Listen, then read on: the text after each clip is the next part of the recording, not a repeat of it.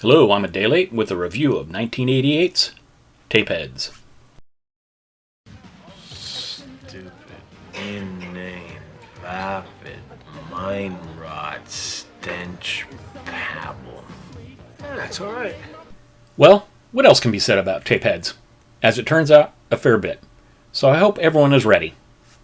Let's get into trouble, baby. Have you ever wanted to see Bobcat Goldthwait as a yuppie salesman? Or have you ever wondered about Courtney Love's first steps towards success?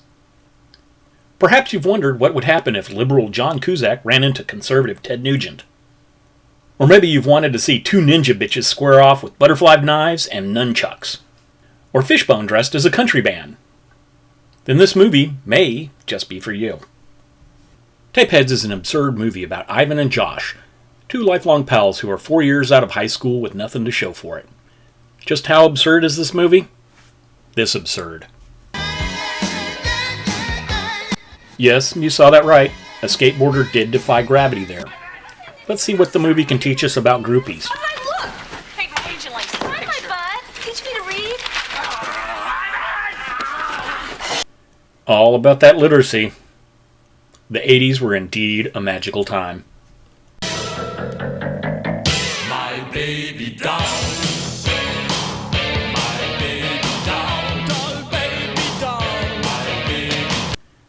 So, after being fired from their security jobs, Josh and Ivan are wallowing in their crapulence. Josh is revolted by the rather base video on the TV and he says he could do better, and that is when a light bulb literally goes off and Ivan decides that that is what they will do now. Music videos. The wave of the future. Which is funny in a meta sense as the movie's director, Bill Fishman, has mostly directed music videos over his career. They get some video equipment and are practicing with it at Josh's house when they are discovered by Josh's parents, played by Connie Stevens and Doug McClure. You may know him from such movies as The Land That Time Forgot, At the Earth's Core, and Humanoids from the Deep. Not thrilled with their children's life choices, both Ivan and Josh's parents kick them out. Now homeless, they are in search of a new place to live. They read an ad for a loft in the warehouse district and meet Belinda, an artiste with an unusual sense of taste. But seeing how the rent is free, they decide to move in. Later, while watching TV, a commercial for a local fast food chicken place comes on, and it's decidedly low budget. Ivan sneers that it's lame, while Belinda sees the art in it. Ivan reassures her that the commercial is no good, and says that they could do better. Belinda calls his bluff, and we cut to this. Yo, friends, check this out. Roscoe's the name, and they call me the king. Grandmaster of the chicken and the waffle thing. I said, now read my lips, and friends, don't miss a word. Cause the grandmaster's gonna give you the bird. And thus begins the rise of video aces. They didn't get paid money for their first production, but they did get several buckets of chicken out of it. Josh downplays it because it's only a commercial and he wants to get to music videos, but Ivan says that Rome wasn't built in a day. However, they now have a demo tape to show their work to prospective clients.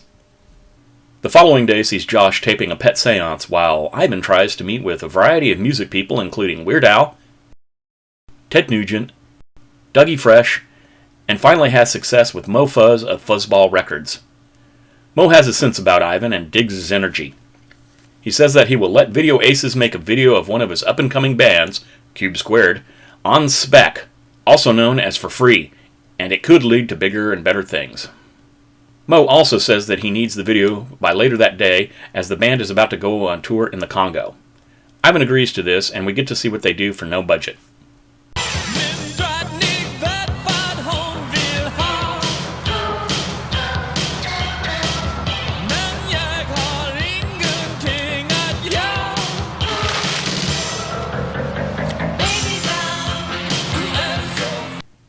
Mo loves the video, but he says that he can't use it due to its lack of production value.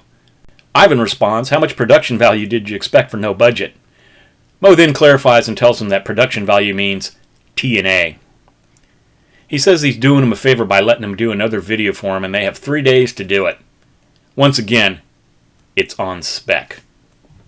The two head home with Ivan explaining that lots of people work on spec when first trying to get into the business. Belinda tells them while they were gone, somebody answered one of the flyers Ivan has posted around the city. It turns out it is a video of a last testament. But at least it's work. They then cut to another job due to the flyers. This time it looks like their client has some money. As they are wandering around the labyrinthine halls of the house, they come across this.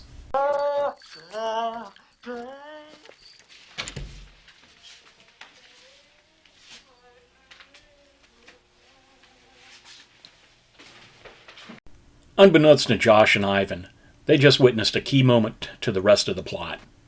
It turns out that they have been hired by Kmart, the wife of presidential hopeful Norman Mart. They are having a fundraiser and she wants the Aces to video it. Meanwhile, Norman's, shall we say, lady friend, wants more money to be his friend. While filming the goings-on, Ivan accidentally bumps into Samantha Gregory, a reporter from Rock Gossip, and she loses a contact lens. Gentleman that he is, Ivan offers to search her body for it. Ivan.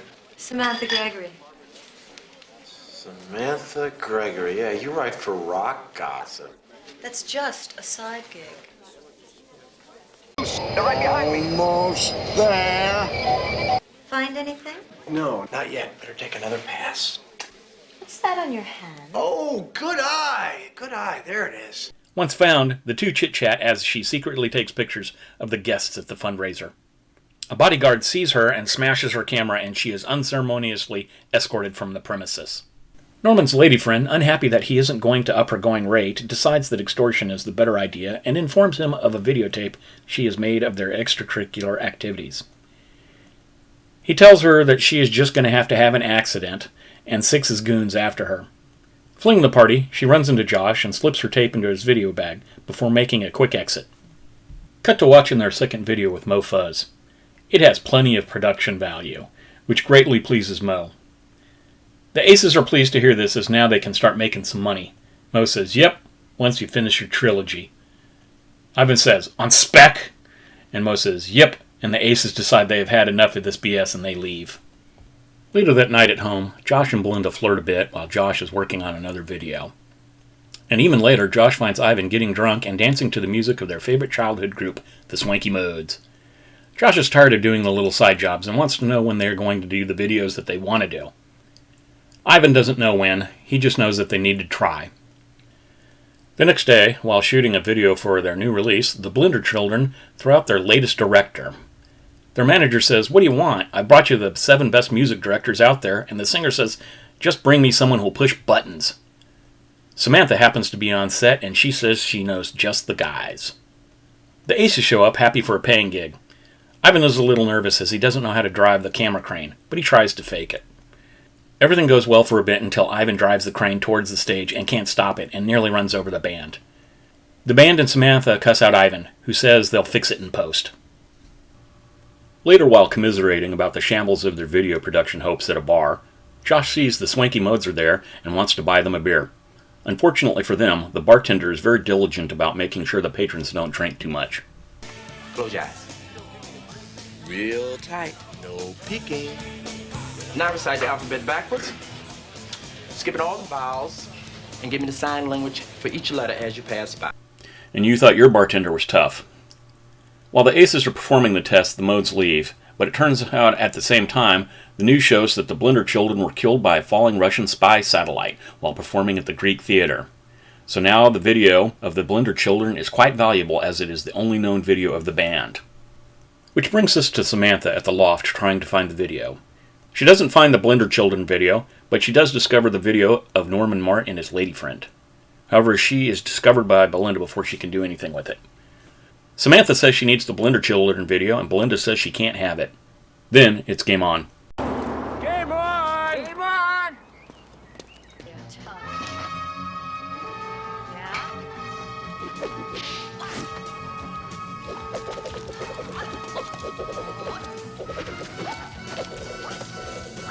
Josh and Ivan show up just as it's about to get interesting, and Samantha tells them that the Blender children are dead and that the video is now worth some money.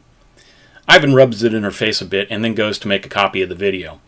As he's taping over the video of a client who didn't pay them, he accidentally hits audio only.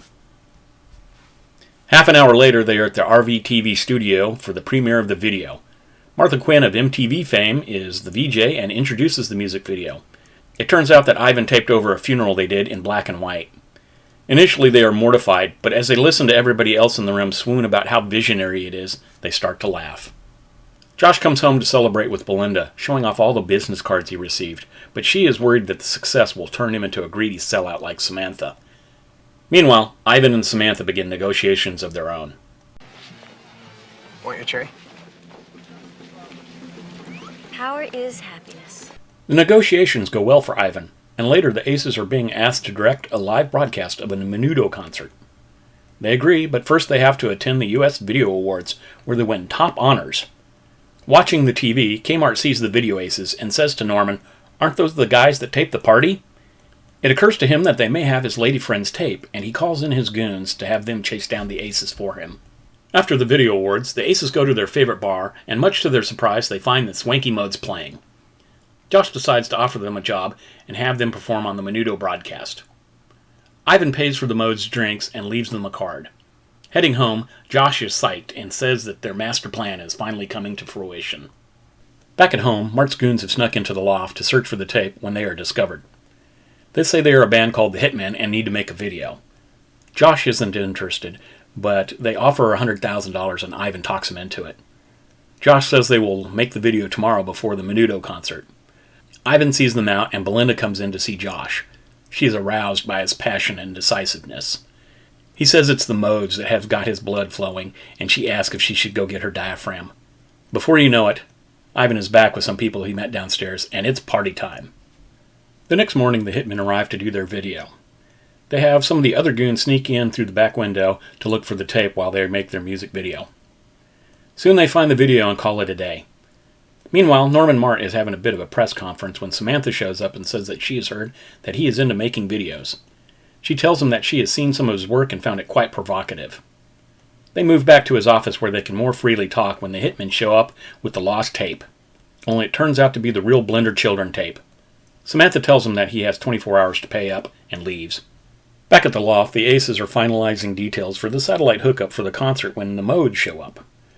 Ivan has them go back to the lounge area while they finish up with some business for the concert. Samantha comes running in saying that some men want to kill her as the Hitmen pull up and start to surround the building. Ivan looks out the window and he sees them saying, "It's the Hitmen! We just made a video with them," when bullets start flying. Josh and Ivan argue over who's going to return the money when the Swanky Modes offer to do it. They take the money to the Hitmen, who see the case contains only the money and no videotape, and give it back to the Modes before opening fire again. Samantha tells the others that the Hitmen don't want money, that they work for Norman Mart. Belinda gets up and charges outside to chew their asses. As it turns out, she's Norman's daughter, so the Hitmen leave. While that is going on, Samantha sees the tape and hides it in her purse. Later that night at the concert, a limo with Menudo pulls up and Ivan and Joss intercept them, saying that they're going to need to see their green cards. Unfortunately, the cards are back at the hotel, so Ivan and Josh send them back to the hotel to get them. Ivan tells the RVTV DJ that Menudo isn't ready and that the Swanky Modes will be opening for them in the meantime. Samantha calls NBC News to tell them that she has a compromising tape of a presidential candidate when she is seen by the Hitmen and they chase after her. She makes it to the director's office and tells the Aces that Mart's goons are after her, but there isn't time to lock the door.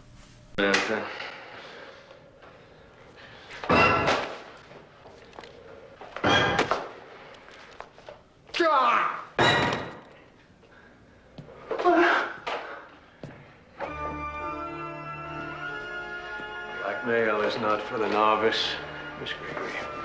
Mart says this better be the right tape, and Josh is confused, saying that the fundraiser was boring. Mart says that's the wrong tape. This tape, however, it could ruin him.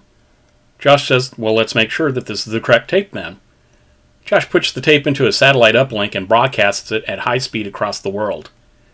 One of the many viewers is Kmart, who decides to call her lawyer. Norman asks just what is going on, and Josh tells him the bad news. But it's not all bad news, because It's showtime.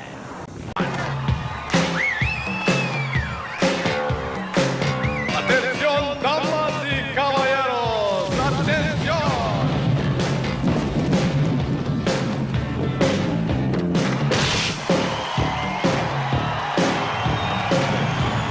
Presentamos los Swanky Modes. sorry, can't do the whole song. Copyright and all that. So that was Tapeheads. Don't be alarmed if you missed it first time around. It didn't exactly break records when it was released. In fact, this is one that flew under my radar, and I didn't see it until it was released on tape. How apt. And it was not a hit with the critics either. Having said that, if the watermelon gag and Buckaroo Banzai brought a smile to your face, then you just might enjoy this film. Until next time.